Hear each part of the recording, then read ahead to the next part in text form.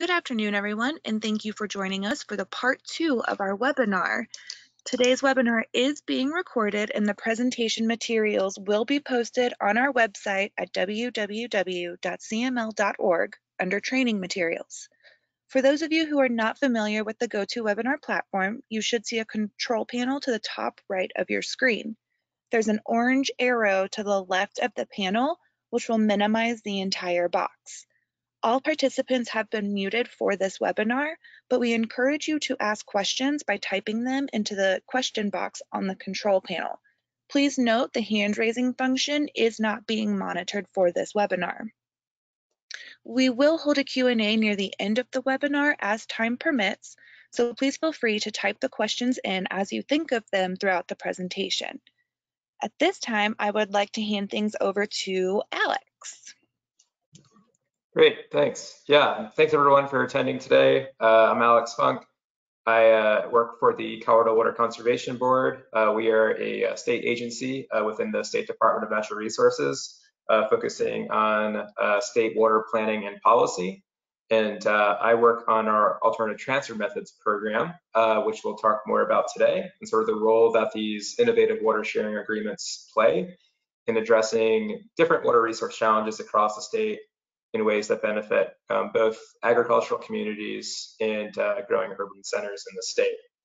And so with that, I want to thank my panel for joining us today. I'm trying to move to the next slide here. While that's coming up, so here's a good look at our speaker list today. Really excited with this crew. We'll be highlighting 3 different case studies, sort of highlighting different water sharing agreements across the state, and sort of how these projects came together, and hopefully have some time at the end to sort of discuss how these sort of models can fit into future planning around water resources in the state. So with that, I'll do a little bit of background, mainly some, sort of just key trends in Colorado, I think, to be aware of, and that are sort of unique to Colorado and other Western states, is that water resource development and growth, including population growth, really do have a profound effect on both water and land management in the state. And so based on a recent technical update to the state's water plan that was released in 2019, the state has projected that upwards of 450,000 acres of currently irrigated ag land could come out of production due to water-related drivers, everything from urbanization and development of those lands to groundwater sustainability issues in the Rio Grande, which we'll hear a little bit more about here in a minute, to planned ag to urban transfers, which are essentially sort of the default method by which some municipalities purchase ag water rights and permanently transfer those to municipal use, requiring complete dry up of those acres. And those traditional transfer methods, while a really valuable tool, can have third-party impacts and other sort of public externalities are not really reflected in those transactions. And so those can have really long-lasting effects on communities where that water transfer originates. So with that, the state has been, over the years, supporting what we call alternative transfer methods or water sharing agreements. And so without going into too much detail, essentially what these are arrangements in which new water supply is transferred to a new use. Typically these start with agriculture and they're leased to, say, a municipal partner. That's probably our most common arrangement.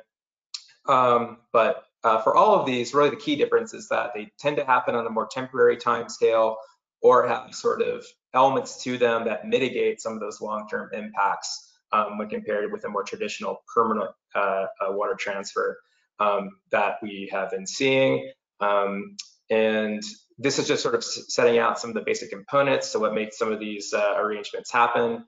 Everything from obviously having 2 interested parties, both a seller and a buyer, a legal mechanism by which to deliver that water to a new use, the physical means by which to deliver that water to its new use, and then sort of the cost mechanisms and prices. I would also say some of the other conditions that are pretty essential for this to happen are dedicated utility staff, dedicated on-the-ground partners, all of which I think we'll hear about today. I mean, we didn't really have the willingness to do this approach, which can be pretty complex and time-consuming, we wouldn't see a lot of these projects happen. And so really excited to kind of share some of these success stories on how these projects have come together. And so with that, I think we have a polling question that will be brought up, and we'll go through that, kind of get a sense of the background on ATMs in the audience today. Great, Alex, thank you. I have launched the poll. I'm going to give everyone roughly 30 seconds to complete it.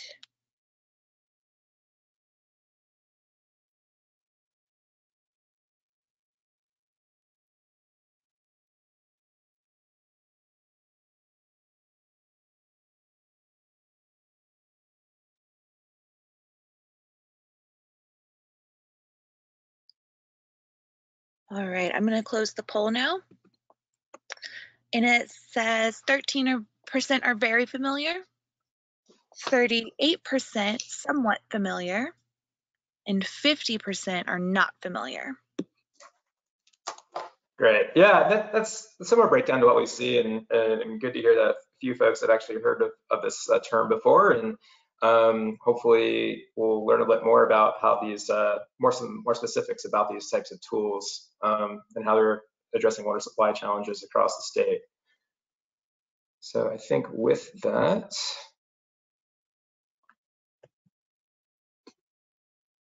hold on, there's a little bit of delay when I try to move this slide here. I think just to get a little bit of preview, I think we're looking at 3 different case studies today. I think one thing to note as I try to pull up the map here, oh, here we go. Before we get there, just a little bit more about the mechanics of these ATMs. So essentially, for each of these, there are sort of 2 basic components. The first being that there has to be a source of water. Typically, we call it a conserved consumptive use. You actually have to reduce the consumptive use through some mechanism to generate that transferable water savings. And then there is a legal agreement by which that water is delivered to its new use. So those include everything from lease arrangements to substitute water supply plans to fallow leasing pilot programs and other mechanisms that we'll, I think, talk more about today under the case studies. And if you want more information about ATMs generally, I definitely recommend checking out WaterNow Alliance's report on alternative transfer methods. It contains a lot more information about sort of how these types of projects come together, specifically designed for local elected officials in Colorado.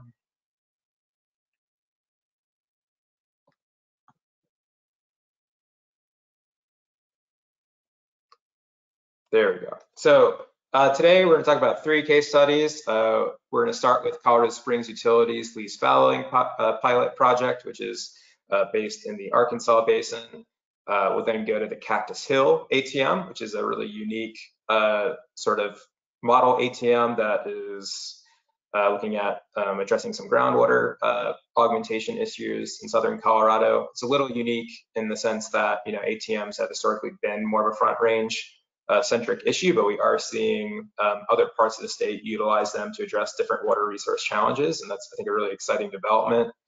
And then we'll wrap up with the Riverview Farm ATM, which will sort of demonstrate how ATMs and sort of the preservation of farmland and open space are really a sort of a connective tool and strategy moving forward where there are those opportunities. And just a little bit more of a breakdown of these projects. Again, more detail in a few minutes here, but this is sort of the basic mechanics of each of these. I won't go through each one. I think we'll touch on this, but essentially, as you can see, each of these approaches are utilizing different methods, not only to generate that conserved consumptive use and to deliver that water, but you can also see that there are different drivers for ATMs, everything from, you know, preventing that buy and dry, which is, I think, fairly common through all 3. But as you can kind of see, groundwater augmentation or augmentation issues are actually a significant driver of these, as well as farmland preservation opportunities through things like conservation easements. And then you also just note that the range of sort of agreements, it goes everywhere from 10 years to even perpetual arrangements as well.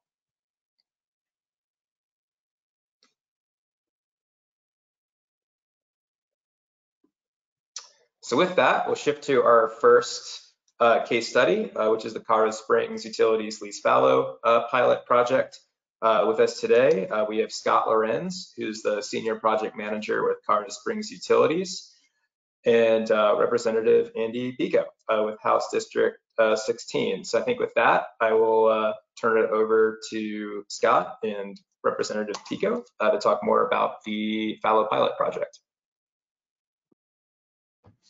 Thank you, Alex. Yeah, my name's Scott Lorenz. As he said, I'm a senior project manager at Colorado Springs Utilities. My main focus there is actually development of ATMs, or water sharing programs, as we call them.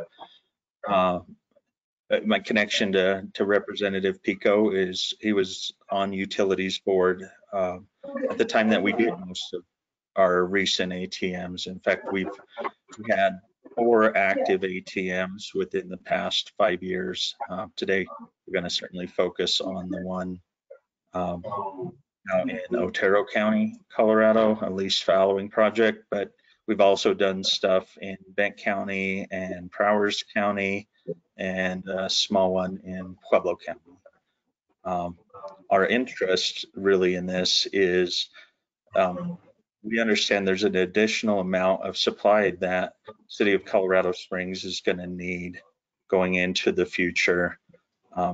I think if folks aren't aware, the majority of water used in the state of Colorado continues to be for agriculture.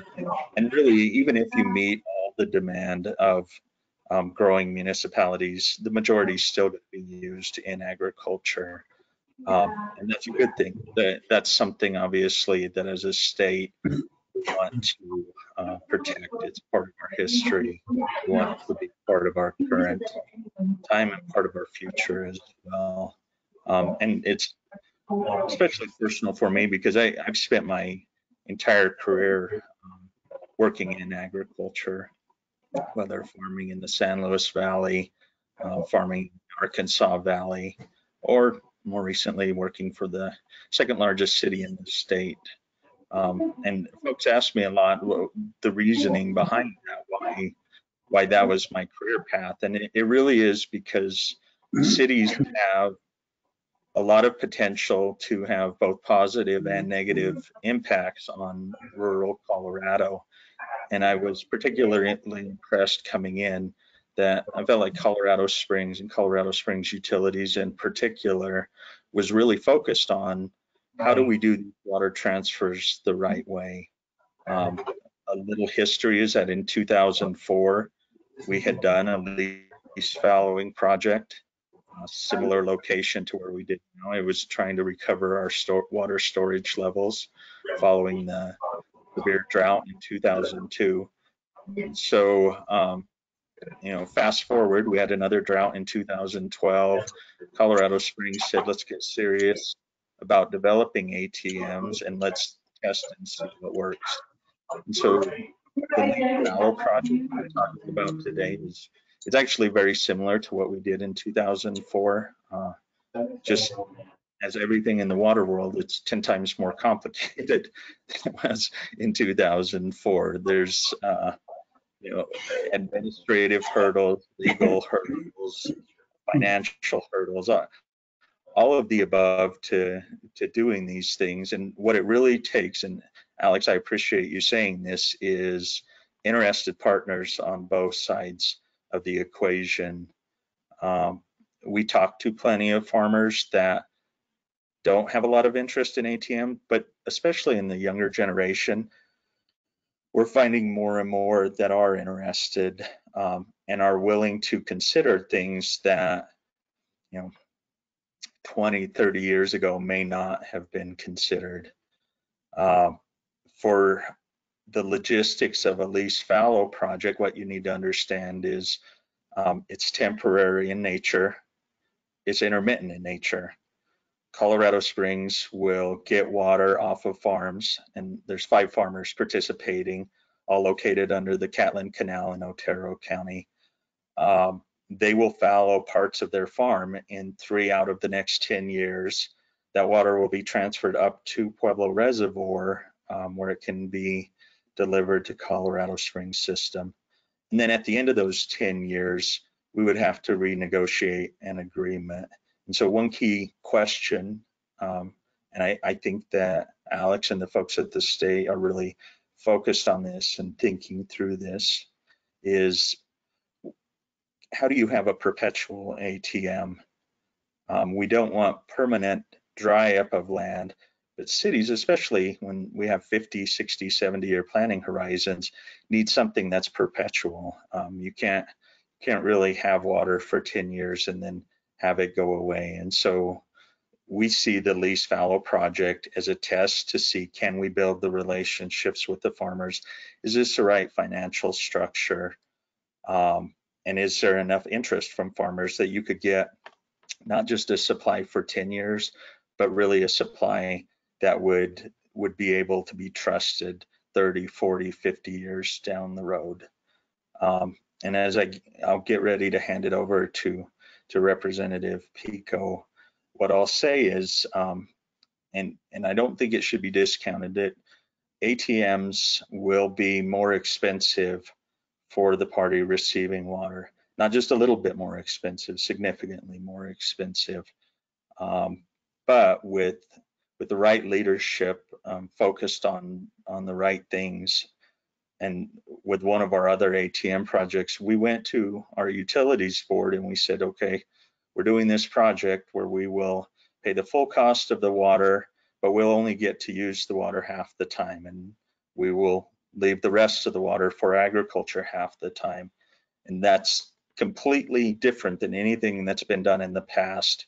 As far as, typically, if you buy a water right, you expect to get the full value. They're very expensive. And to their credit, our utilities board looked at it and they questioned it and they poked and prodded and they said, no, if this is the right thing to do, then this is what we're going to do. And that was driven, I think, a lot by their view of this being an interconnected economy. It's not a small economy that's limited to one county. We're a state as a whole, but we're an Arkansas basin as a whole as well, and we really want folks throughout the Arkansas basin to be successful. So with that, Mr. Pico, I'll gladly hand it over to you. Okay, thank you. As stated, I used to be on the board. I served on the utility board for 8 years before I was elected to the House of Representatives, where I'm currently at. So I was on the board when we tackled this problem, and in fact, I was the chair. So following the completion of the Southern Delivery System project, we asked the staff to look at various water supply options that were capable of serving the citizens of Colorado Springs, but we also added the requirement to develop in a way that fit the intent of the Colorado Water Plan. And the Colorado Water Plan, as I'm sure everybody is pretty familiar, was seeking to implement alternative transfer mechanisms over the more traditional way of doing things, which was the agricultural to urban transfer, or buy and dry, which we wanted to walk away from. So that decision eventually led to the creation of the Arkansas Valley Water Sharing Program. So it's a tool to develop new water supplies in a way that also benefited the agricultural partners. And we are in a partnership, and make no mistake about it. So water sharing keeps water in the lower Arkansas Valley. And as noted, we're only taking the water for 3 out of 10 years. So in order to meet our requirements, we're going to do multiples of these, and we'll couple it with increased storage. And so that's what we're doing. This New Era Water Management, nonprofit, member-owned, lower Arkansas water area, and Colorado Springs Utilities believe that sharing the water benefits both the farmers, supports the local economy, as well as providing the water to municipal users. So it supports us all. Yes, the water is a little bit more expensive to us, but we see that as being beneficial overall. And with that, I'll turn it back over to any questions.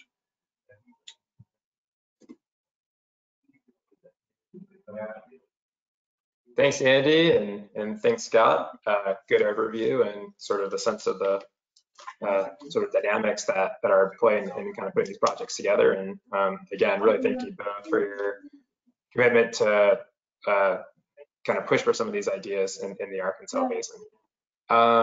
With that, we'll go to our next case study, which is the Cactus Hill alternative transfer method.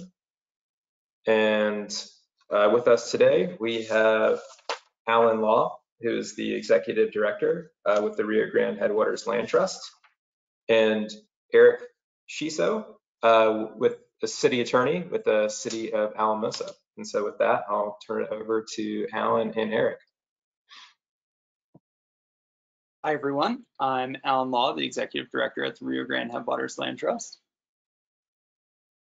And we're going to talk to you about the Cactus Hill ATM conservation and water sharing project that we've been working on with the city of Alamosa for the past about 3 years. Let's see if I can get my slides moving. Great. So the Cactus Hill farm is a 370-acre farm near a small town called Capuline here in the southwestern San Luis Valley, and it is on the Alamosa River, which does not run through the city of Alamosa that Eric represents. It's actually almost 25 miles away, but their deep wells have augmentation impacts, have impacts to the stream that Eric's going to talk about, and that's what they were looking to augment. I work for a nonprofit land trust, and so originally we really had no clue about this. We had a landowner who walked into our office and wanted to talk to us about conservation easements.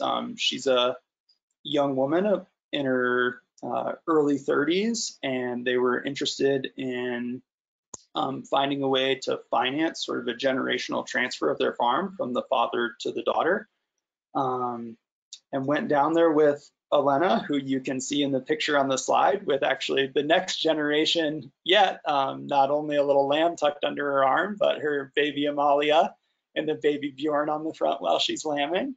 Went down to the farm with Elena and had just a great day visiting, seeing, and understanding. And something that's really special about this farm is that it has the #1 most senior water right on the Alamosa River. But also found out another unique aspect of the project as I reached sort of the end of the day, which was that the landowners were really viewing a choice that they had coming up as, should we do either a conservation easement, or should we buy and dry either all of our farm or a portion of our farm to help augment groundwater pumping, because they understood how important that #1 water right is.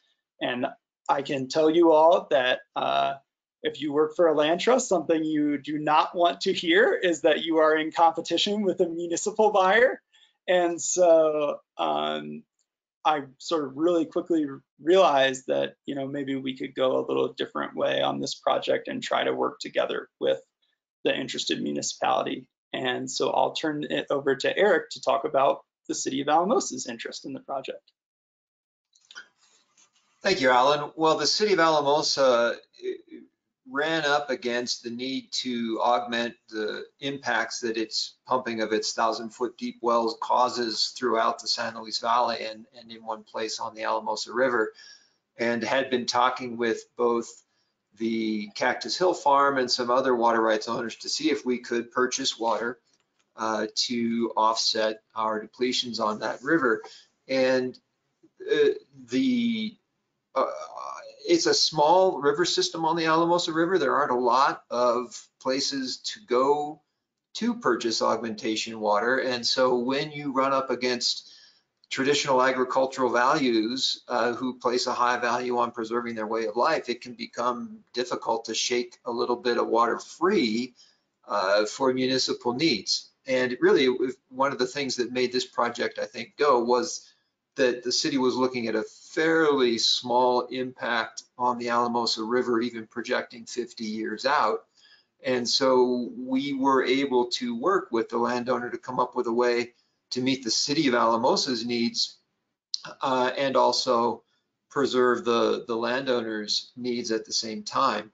One of the major stumbling blocks initially for the city was contemplating something other than buying this water right. The landowner was unwilling to sell a water right, and the city manager was very nervous about anything that was at all less than a sale.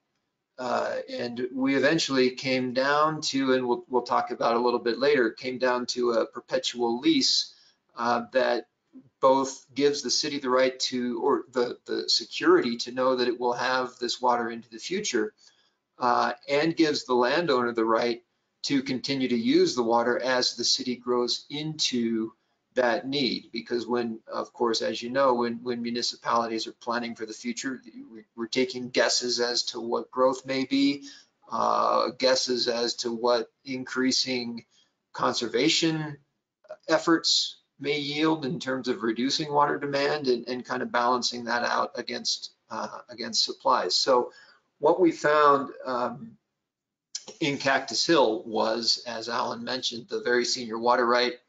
And as Scott was talking about earlier with Colorado Springs, the ability to both meet a city's need for meeting its water supply, but preserve the surrounding agricultural economy that really is the lifeblood for the city itself. The agricultural economy is the third largest employment generator in the county of Alamosa.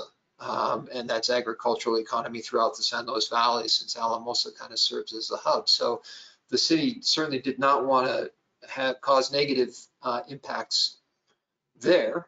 And we think that the solution that we've happened upon is still in process. We haven't completed this through water court. So I can't tell you that you should look to this as a solution, but maybe in a few years we can tell you that. Go ahead, Alan. Sure.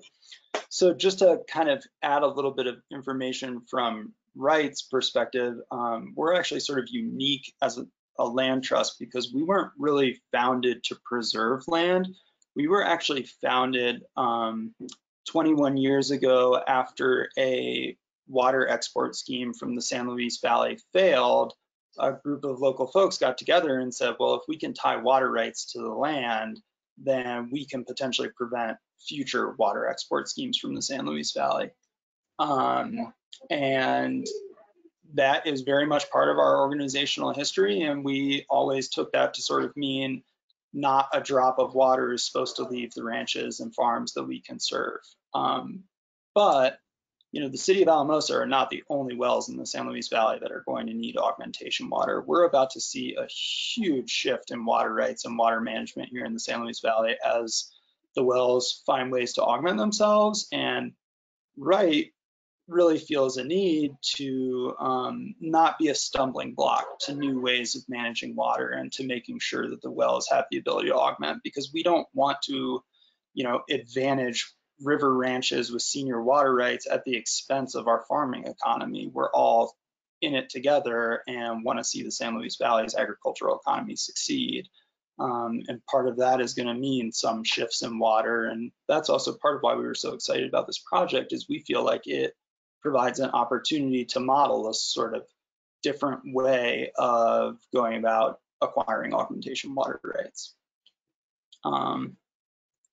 At the same time, this is very new here in the San Luis Valley. And so what we figured out pretty quickly was that since there's not a well-established market and a well-established model to follow, we needed to provide the landowners with some services so that they could be comfortable getting into this arrangement. And a huge part of what we did was providing expert assistance for them to have help with valuation of the water right, for them to have independent engineers be able to look at the stuff that the city was doing, for them to have a lawyer look over everything, and then also have our staff down there to look at everything that was happening from a habitat and land management perspective. We also have rewritten our conservation easements to be able to allow agreements like this in the future, but while still not facilitating export out of the basin, which again is a really core value of our organization. And then I think to Scott's point, another thing I would just say is one of the most important things was just being able to be there as sort of a partner and friend at all of the meetings with the landowners and remind them that we were doing this for a reason and that this was a good thing and that we were helping out our community because, you know, like Eric talked about, there is a really strong, and Scott talked about, there's a really strong sort of cultural norm in the agricultural community that it's not a good thing to sell your land and water. And so it was so helpful. We just really needed to be there to be able to talk about, you know, we're doing something different and you're going to be able to set a model for the future and, you know, keep the landowners sort of feeling good about working through this process because it was a long and hard one. Yeah, if we want to move to the next slide, we can talk very briefly about some of the nuts and bolts that that made this work. And so, whoops, not that slide, but the language that we actually ended up with in the lease agreement with Cactus Hill, between Cactus Hill and the city of Alamosa, provided for a lump sum payment that was part of facilitating that generational transfer that Alan was mentioning. So provided for a lump sum payment up front, and then I would say a much more minor lease payment that continued every year for kind of a continuing revenue stream. And that lump sum payment, and look at it kind of as a purchase for the lease. It is, as I mentioned, a perpetual lease. If the city for some reason were to terminate it, that lump sum payment is gone. So that was one important feature. The other important feature is under the paragraph entitled Right to Use Retained by Miller, and that is what I mentioned earlier with the city needing about maybe 2/3 of what it thinks it might need over the course of the next 50 years right now. What do you do with the balance? Well, what you do with the balance is enable the ranch to continue using that water. And if we go to the next slide, we have a little bit of a look at how it does that. And as soon as that pops up, you'll be able to see that Cactus Hill is a mixture of sprinkler irrigated land and flood irrigated land. And they do irrigate by flood irrigation the corners that the sprinklers don't cover. And so what the city's water engineer did was take a look at what parcels are good candidates for rotational fallowing or rotational dry up, if you will, and came up with the parcels in brown as parcels that can, over the course of differing years, be moved around as temporary fallowing.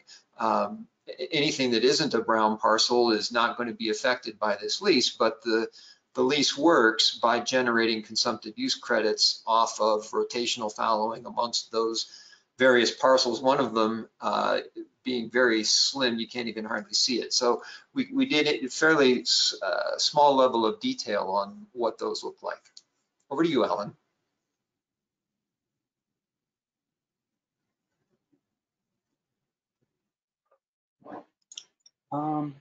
Waiting for the slide to load, but this one's really pretty easy.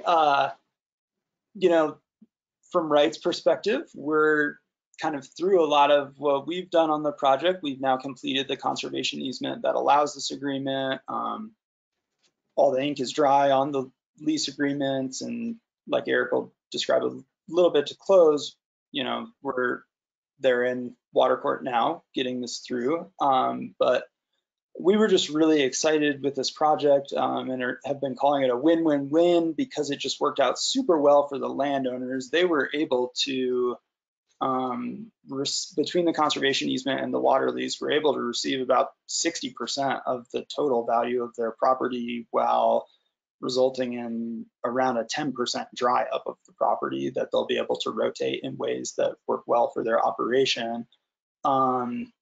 It's great for the local community because it results in conservation of this important farmland while also putting wet augmentation water in the Alamosa River instead of forbearance payments, which are kind of a common augmentation technique down here in the San Luis Valley.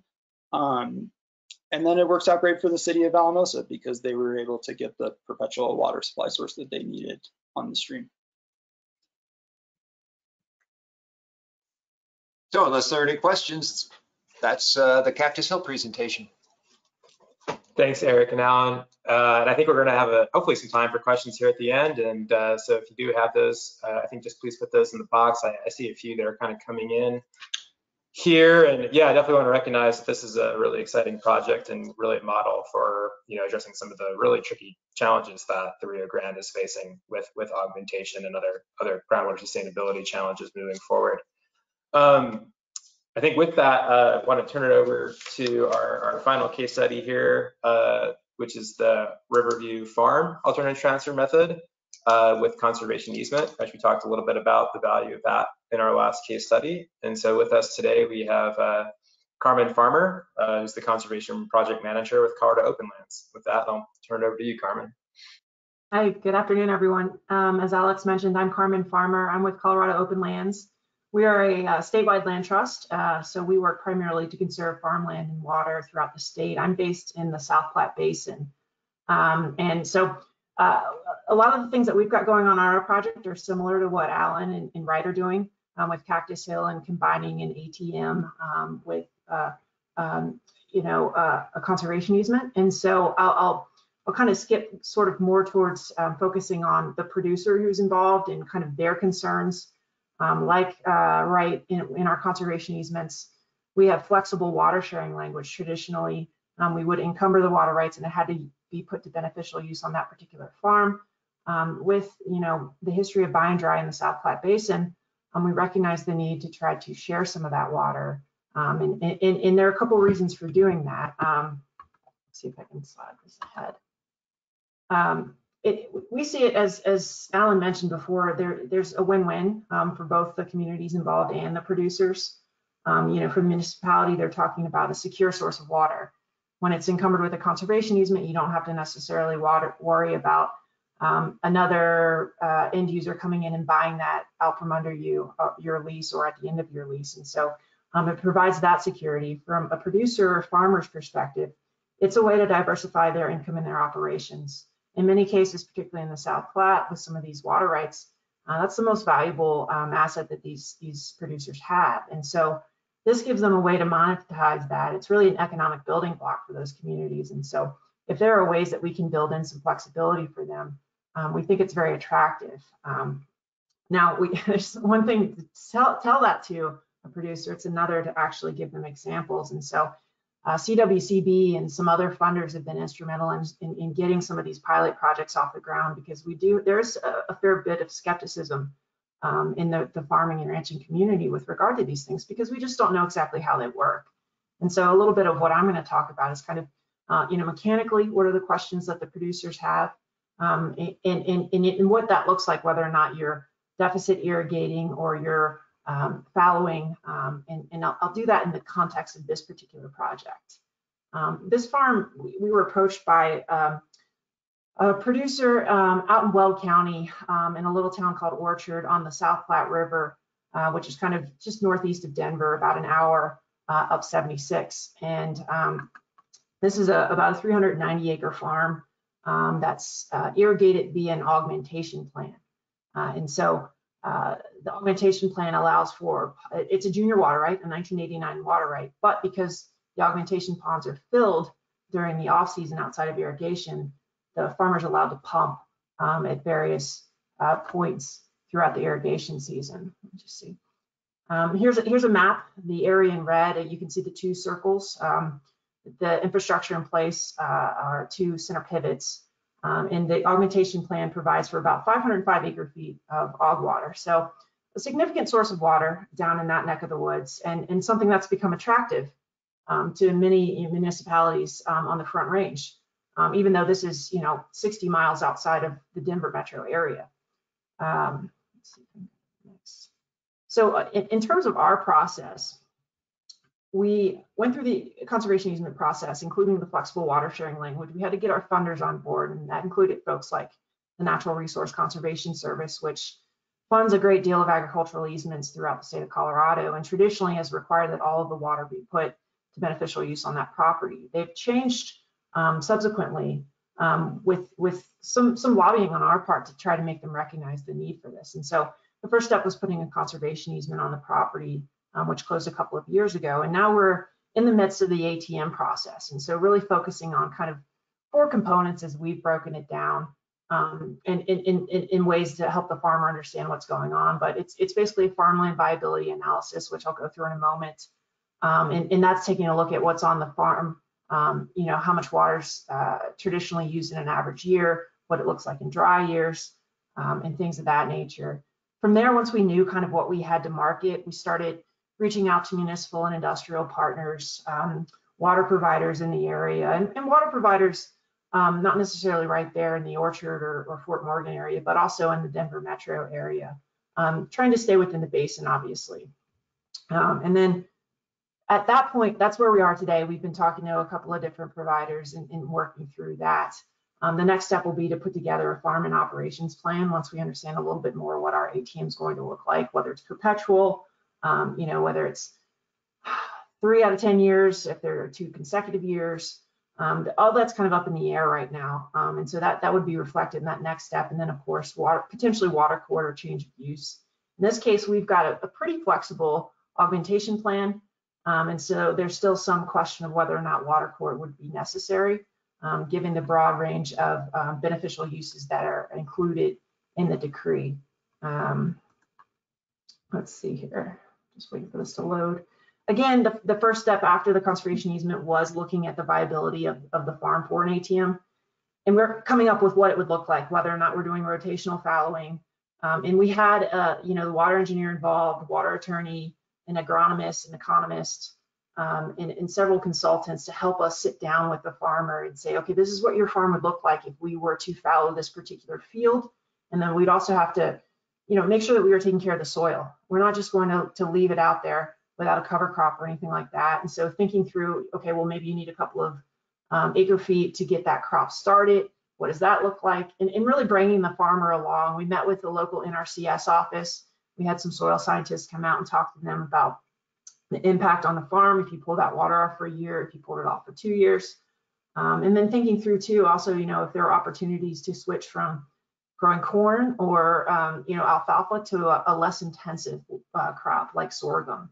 And so that farmland viability analysis is a document that we put together for both the farmer and the potential municipal or water provider partner, just to give them an idea of what the options are in terms of what we can do for particular years. And that's kind of a baseline, if you will, as we go into sort of negotiating with them and thinking through, you know, ideally how much water could be pulled off and when and what that would look like, and then structuring the payments for that. And as Alan mentioned in their deal with Cactus Hill, you know, there was an upfront lump sum payment and there's subsequently annual payments. And so we start getting into that and what that looks like and figuring out what that water right's worth if you were to lease it, building in escalation clauses and things like that. And that's kind of where we are right now. But these are all questions that the farmers have because they are looking at it in terms of, okay, if I'm not having as productive of a year, what do I need to make that gap? And that's where we start looking at farm sales revenues and compare them to potential ATM leasing revenues, because we want to make sure that this works for our producers. And we want to give them something that's fair. Many of them are seeing this as an opportunity to work with providers to save these farms. And then also an opportunity, you know, if we have a dry year or dry couple of years, the yield for that particular farmer might not be that great. And in those cases, municipalities might be looking, you know, they might be thinking in terms of drought recovery. We need to fill our reservoir a little bit more. And so it might make more sense in those dry years for that farmer to potentially lease some of that water because he's going to have, you know, more of a down year in terms of his yield. And so ultimately, we're kind of thinking through it in terms of the long-term financial viability of the farm. And that's kind of where we start with when we're having these conversations with these farmers. because they are looking ahead. Like some of the municipalities, they're not looking just to next season. They're thinking about what this farm is going to look like for their kids in 20 years. And so that's kind of the framework that we come to them with, very much so, because it is a new concept to them. And traditionally, you know, at least in the conservation easement world, the best proponents for these conservation easements are, you know, the person across the fence post on the other side, neighbor to neighbor. And so we don't have a whole lot of those examples with ATMs yet. And so there's really kind of a big educational piece in terms of talking to our producers and getting them comfortable with this. And I think the more that we have projects like Cactus Hill and Riverview Farms, the more we'll have something that we can actually share with our producers and help them understand the mechanics of these things. You know, for instance, if it's, you know, 3 out of 10 years, when a municipality triggers it, you know, is that going to give the farmer enough time to order the seed for that year, or did they already order their seed? There's just a lot of little questions like that that we're still ironing out. And thankfully, you know, we've got these pilot projects with the backing from groups like CWCB and other organizations to work through those. I know we're bumping up on time, but I just wanted to add, for additional resources, we actually put together a guide for ATMs and conservation easements called Sharing Water to Save the Farm. And there's a link here for that. And that goes through a little bit more kind of what the language looks like in conservation easements, what that flexibility is, and gives you a much more in-depth perspective on these projects.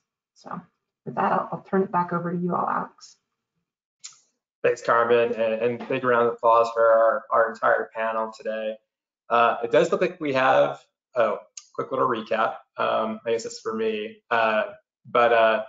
So I guess what we've heard a little bit about today is that, you know, really ATMs are really designed to, I guess, address some of these drivers that we're seeing in permanent reductions in irrigated ag production across the state.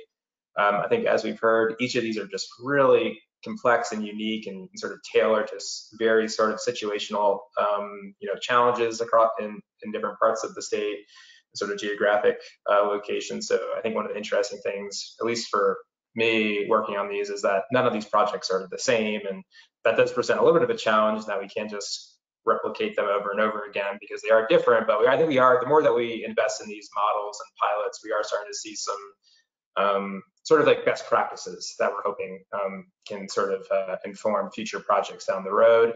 And I guess as we've also heard, and as Carmen and Alan really touched on, is that there really is an opportunity, I think, especially for the producers in these arrangements, as a way to sort of think through sort of how these leasing opportunities can really be a benefit to their operations and a way to diversify their operations. And so I guess with that, there are a few questions in the chat. I'll read those real quickly here, and then hopefully have some dialogue with the panel. But if you have any other questions, feel free to put them in there, and hopefully we can kind of get to those. Maybe I'll close with that. I guess for the first question I have here, and this is, have there been any studies that have been determined at what point will ATMs impact the ability to sustain essential agricultural production? And we'd love to hear from the panelists on this one. I guess I'll just quickly say that, you know, this is a pretty active area of research. You know, particularly Colorado State University, through their cooperative extension programs, have been looking at sort of those long-term agronomic and socioeconomic impacts of sort of temporary fallowing and rotational fallowing, everything from crop yield to crop recovery, and sort of the impacts of, you know, if you don't irrigate for a full season, like what those long-term effects are. I would say that it's really tough to pinpoint.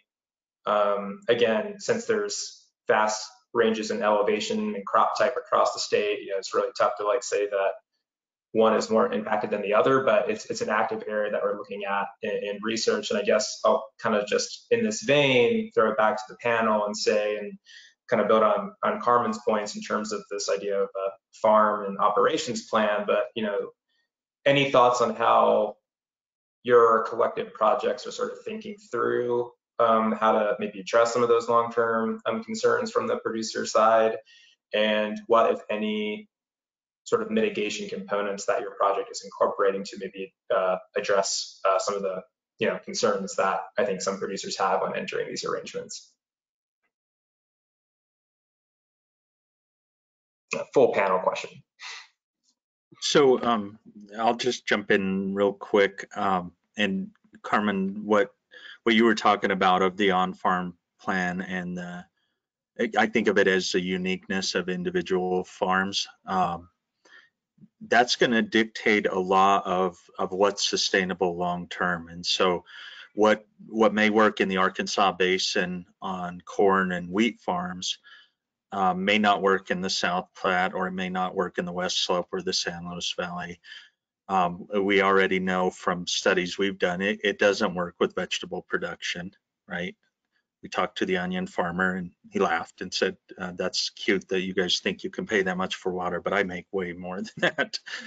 And so I think that I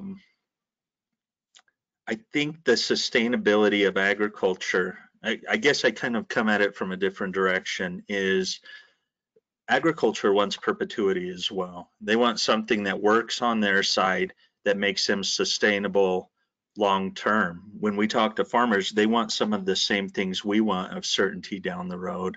And so as long as we're developing it jointly with that goal in mind to be long term on both sides, I think there's the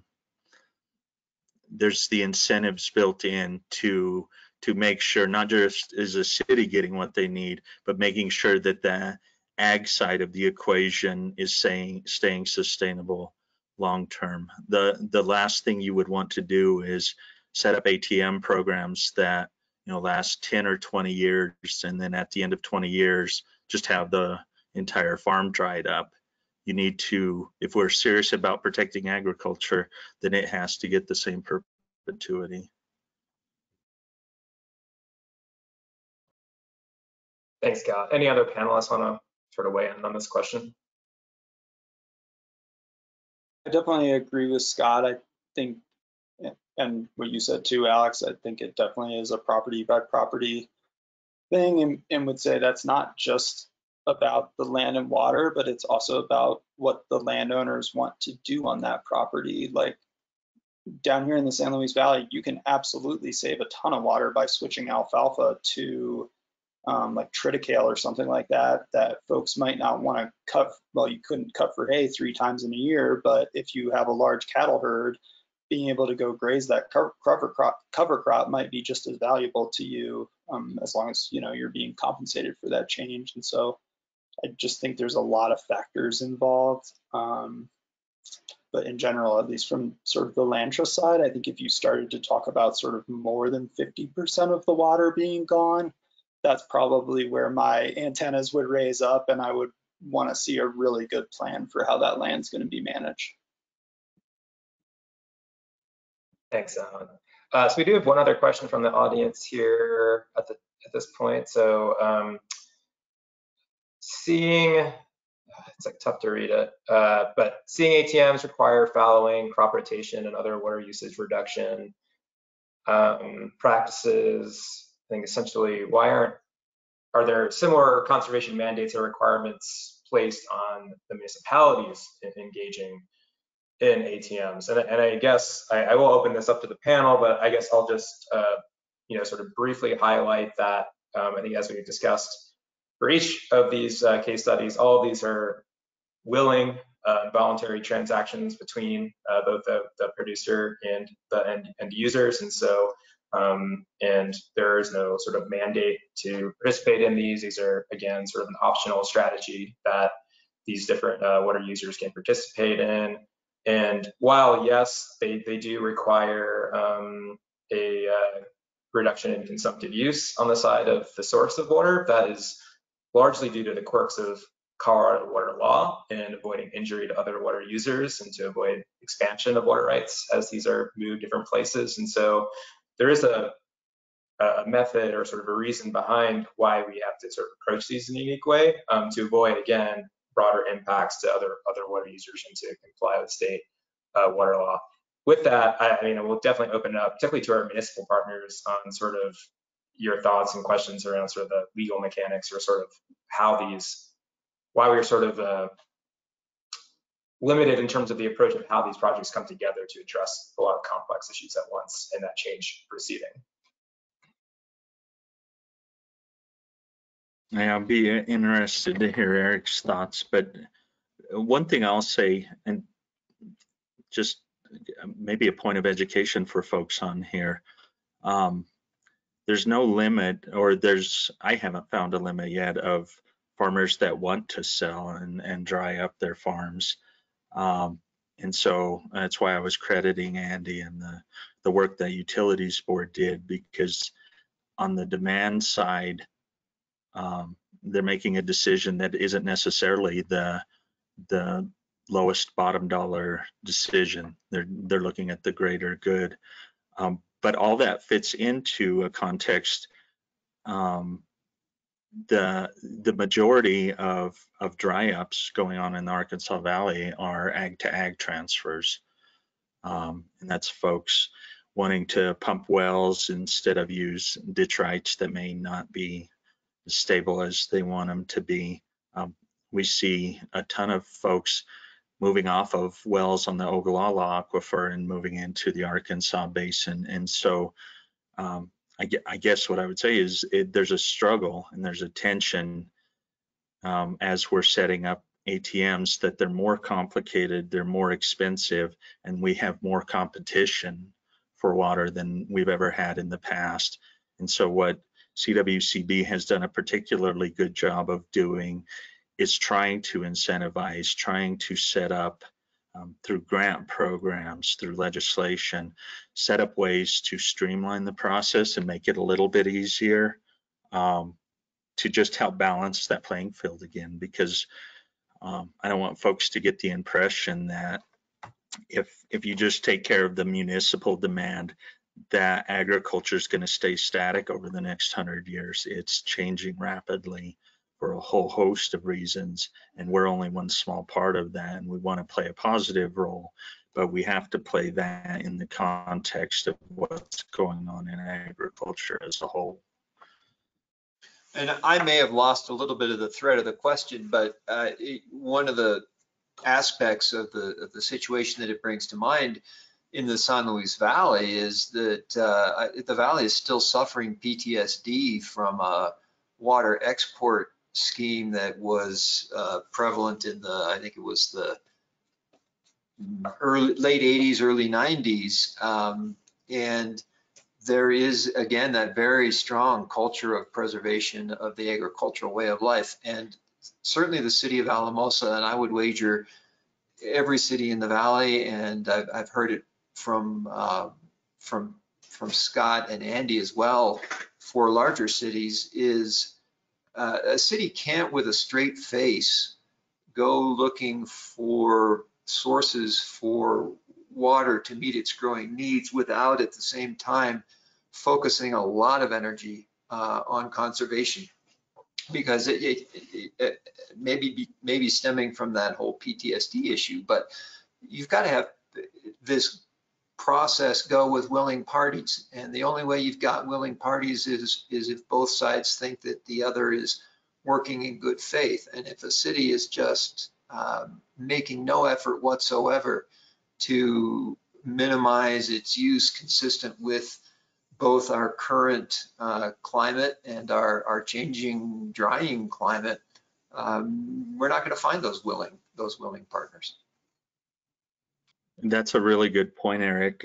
So we get the majority of our water from the West Slope, and those folks have for a long time, and rightly so, said you guys have to reuse as much, conserve and reuse as much water as possible. And so even back to the 1980s, we put those things in place. You wouldn't hear that from farmers in the 1980s or 90s, but today we do. We've had farmers ask for our conservation plan, and good for them for paying attention to that and saying, okay, well, wait a second, you say you need more water, prove that you need more water, and that you're doing everything you can with your existing water supply. And I think that's a very fair question. I think just real briefly, I know we've got that the municipalities we've worked with have also expressed an interest in passing on to their consumers, information that they are looking at, alternative ways of providing water, much like the energy sector when they're looking to say, okay, we have a portfolio that includes renewable energy like wind and other things like that. You're starting to see some of these consumers that want to know where their water's coming from, and that it's being obtained in a responsible and thoughtful way. Yeah, and I'm really glad the panel mentioned all these other sort of solutions and sort of approaches out there, like conservation and sort of land use planning. I mean, ATMs are certainly not the silver bullet to close the gaps that we're seeing and looking at in the future in Colorado. I think they're part of a much broader portfolio that will, and sort of include that conservation approach and sort of water reuse and other strategies and sort of where these fit in. I think it's a broader toolkit and sort of strategy, and hopefully we can kind of continue to support that portfolio of projects. I will just quickly note in closing here, and that I think the state continues to be interested in sort of these projects and sort of how we can kind of couple these together. I think several of the panelists mentioned that CWCB does offer some financial assistance and resources to help put these types of projects together. So I will quickly plug that if any of these sort of concepts or ideas perked your interest today and is something that you might be interested in, certainly be in touch with myself or the panelists. We can definitely be in touch with our contact information, and again, really looking forward to that kind of continued dialogue and how we can kind of work between that urban and sort of rural space to address our water supply challenges here in Colorado. So I think with that, wasn't sure if we had a closing slide, but otherwise, really appreciate everyone's time today and for checking out the panel. All right, everyone, thank you so much for joining us, and thank you, panelists, for all of your expert experience and sharing that with all of our attendees today. We will be posting this presentation along with the materials to our website at the end of the day. And as you can see on here, we're asking that you please take the post-webinar evaluation. So please, please, please remember to take that that survey. It will be sent to you guys at the end of this webinar. With that, we're going to go ahead and close. So thank you everyone for joining us, and I hope you all have a great day.